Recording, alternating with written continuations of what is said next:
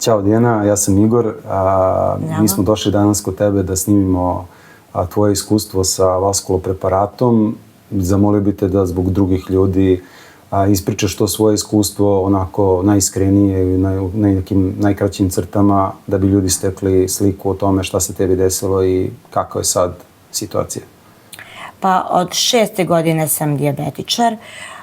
Moji roditelji nisu ni znali šta je dijabet, šta je šećerna bolest, tada u to vreme, 89. jer niko u familiji nije imao, nije bolovao.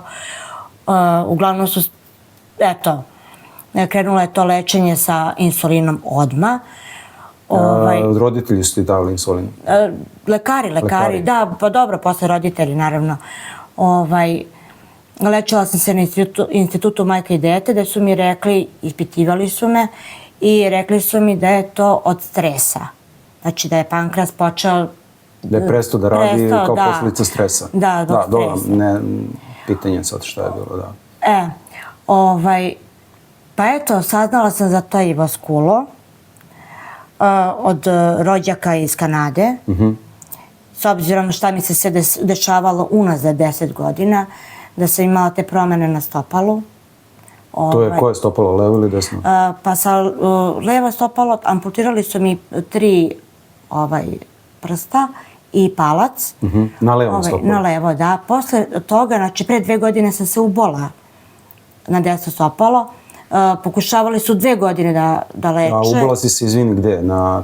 Na levo stopalo, na desno stopalo, dole na tabanu. Na tabanu? Da, gde su pokušavali lekari 2 godine da leče. Bezuspešno, znači onda su od tog jednog uboda krenule su još 4 rane. Na stopalu? Na stopalu, da. A izvini, a šećer, pored te pumpe, u kojim granicama ti se on kretao? Mislim, tada kad si, da kažeš, na taj način bila lečena ili kontrolisana?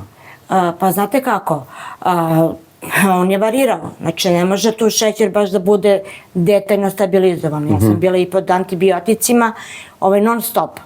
Non stop, kako se zove, i dok nisam saznala za taj vaskulo, kad sam saznala, onda sam rekao da probam, ajde da vidimo kako će to da odreaguje, šta će da bude. Međutim, stvarno, meni je počelo, i što se mene tiče da budem bolje, i što se tiče šećera. Ti si mene bila zvala 12. dan nakon što si počela da piješ, što je bila velika gospodina, 28. avgust, čini se. Jeste. Da, kažem da padam u hipo. Da. I da sam uveče... Ti si tada neki eksperiment napravila? I ja sam uzela parče hleba i nutelu sam namazala da pojedem. I ujutru sam već u 6 sati opet pala u hipo.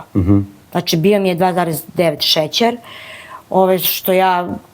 Da, to znači faktički kao... Mislim, mi ne možemo da znamo sad šta se tačno desilo, ali ispada kao da se tebi pankreas probudio posle tih 30 i nešto godina i da je počeo da luči, da kažeš, insulin, jer ta pumpa nije radila, mislim. Ona ti brizga koliko jedinica?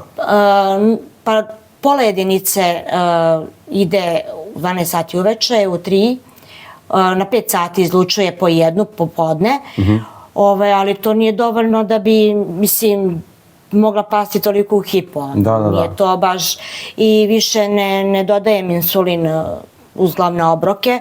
Znači dodam možda 1 ili 2, zavisi od hrane, ali... A čekaj, ranije si koliko morala da dodaš? 5 do 6 jedinica. Da. To baš se onako prepolovilo. Dobro, ali znači kako ti se sada kreće šećer? Jel ti, mislim, imaš te velike oscilacije ili... Ne. Nemaš više? Ne, za divno čudo, znači ja ne mogu da verujem da meni nikad takav šećer nije bio 6, 7, 8, do 10. A kako se inače osjećaš ovako? Jel si još nešto primetila? Ja sam primetila da se osjećam da sam mnogo rasterećenija, da sam veselija, da sam raspoložena, tako da kažem, i da sam pokretnija. Baš sam što bi odradila za 1 dan, na primer, sad mogu da odradim za pola sata. Da. Mislim, kao da sam dobila neku energiju, snagu.